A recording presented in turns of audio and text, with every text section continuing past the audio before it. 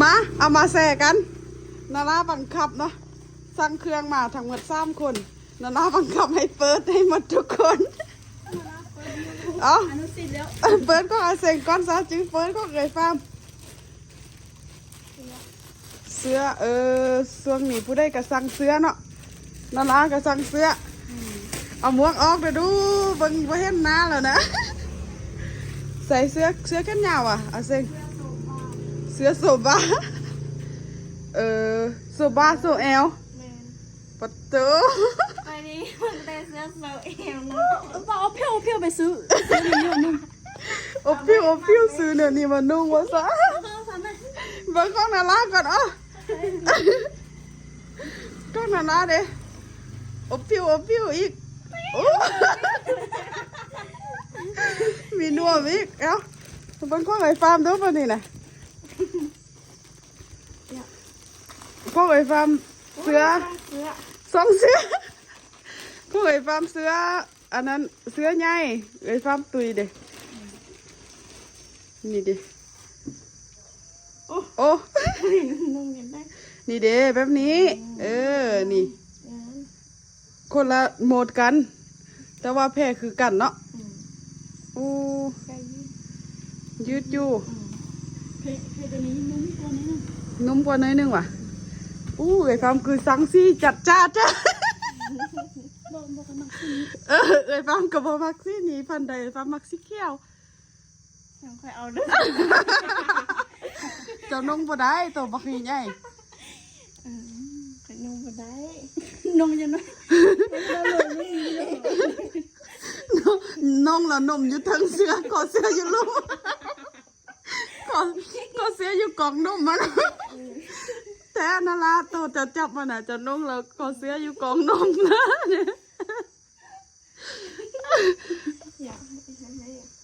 บ่สมราคาเลยเนาะแพร่เป็นแบบนี้ใส่ไฟฟ้าบ้างดู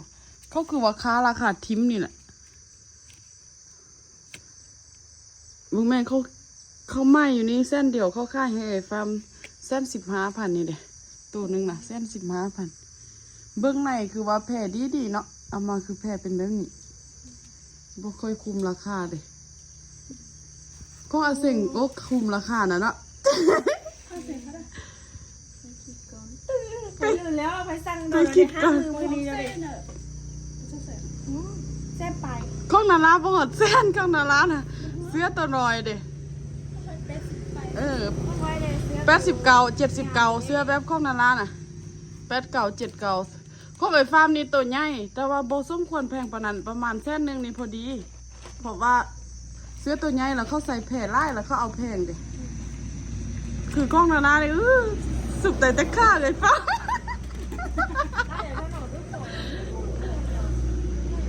มีน่วมเนาะตัวน้อยๆมึงดูนี่โอ้ตัวน้อยๆก็ซื้อให้ตัวน้อยๆเนาะก็แม่แล้วข้ออาเซ็งแค่ยาวมันก็เลยแพง19,000ข้ออาเซ็งนี่นะงามเนาะไปถ่ายรูปได้เสื้อไหมแล้ว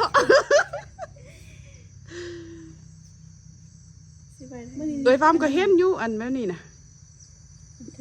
มีโยไอเนี่ยโอ้โหเขาเนาะนี่จริงมั้งตังโซ่แบบนั้นตีบอแต่ว่าถ้าว่าคือไอ้ฟาร์มบอกนะถ้าว่ามันลงมาลุ่มนุ่มนะเขาก็ต้องได้เฮ็ดให้มันใส่เข้าไปว่าจีนเก่าล่ะก่อนนอนให้เอาโซ่ว่าจีนเก่าคือมันว่านอนเหนือจีโลน้องมันก็จะนอนความจริงก็เฮ็ดโซ่ซื่อแต่ว่าถ้านาราอันคือไอ้ฟ้าเมาแหละถ้าเสื้อใหญ่เกินไปก็จำเป็นต้องได้ใส่ดมมึงดูเสื้อไหมน่ะคิ้วอ่ะคิ้วเสื้อไหมบ่ดมก็ไอ้ฟ้าดมก็ไอ้ฟ้าได้แม่โอ้เอาใส่แม่สิเอาออกแล้วบ่เอาใส่เลยโอ้มาสั่น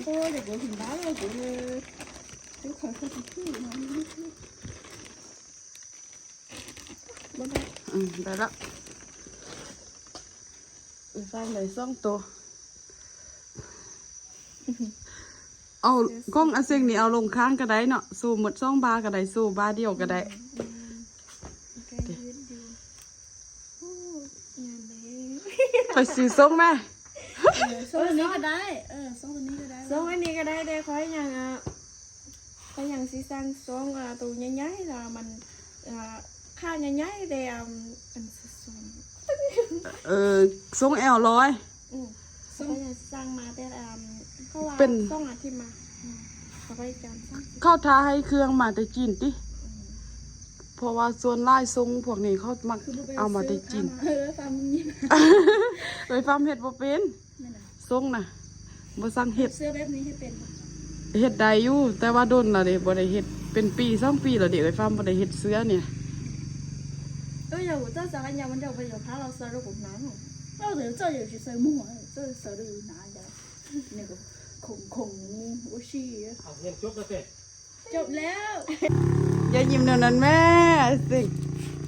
อู้ เอ้ยฟ้ามาอาลีก็อยู่เฮือนนี่เอ้ยฟ้ามานั่นนี่ซื่อๆอันนั้นแม่นั่นตำรวจมาไม่อยู่ถึงนี่นะนี่ไม่อยากกอดสิ 没呀。 พากันไปเฮียนว่าซานนักเฮียนบ่หูมือพัก อุจ้าตื่นแต่เช้าอันแข้งขี้ต้มไปเดียวสิพวกเจะไปมื้อเช้านี้มีขี้ต้มอยู่ปะบ่มีปะเขาใส่มังฮีนมันเหรอดีเนาะไป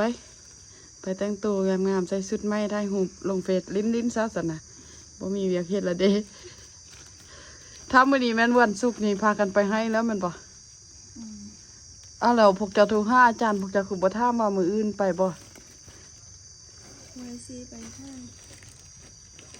ตอนโทรนะคือบ่ถาม คิดบ่ออกดิ คิดบ่ออกหรือว่าลืมเอาเส้นก็สิไปให้บ่ไป วันเสาร์วันอาทิตย์นี่น่าจะบ่ไปวะว่าสิไปลิ้นอยู่ให้เจ้านี่บ่ฮู้ว่าสิได้ไปบ่ถ้าไปนี่เฮาไปเนาะวันเสาร์วันอาทิตย์นี่นะนาราเด้บ่ได้ไปสิไปหาแม่อย่างเดียว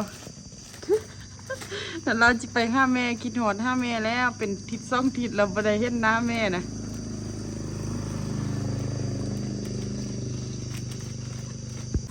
ตอนนาราบังคับนี่ไปเอาออกมาให้อยู่ แต่ว่าตอนแกะแล้วนี่ เอาใส่กระเป๋านี่เมียนเองช่วยบ่ได้เนอนนาราเนาะโอ้ระวังแต่นาระยานแต่มันสิลมเด้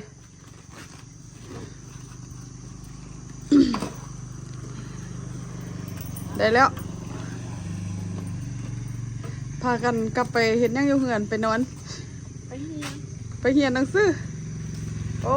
คือมาดูมันแท้ไปเบากัน2 คนติเบาไปเบามัน ได้ยนค้างไปหอเงียบบ้านเงียบบ้านเราไปเงียบ โบแม่นไปยืนเบานำกันวะสนทนา เดียว ไปยืนสนทนาเบานำกัน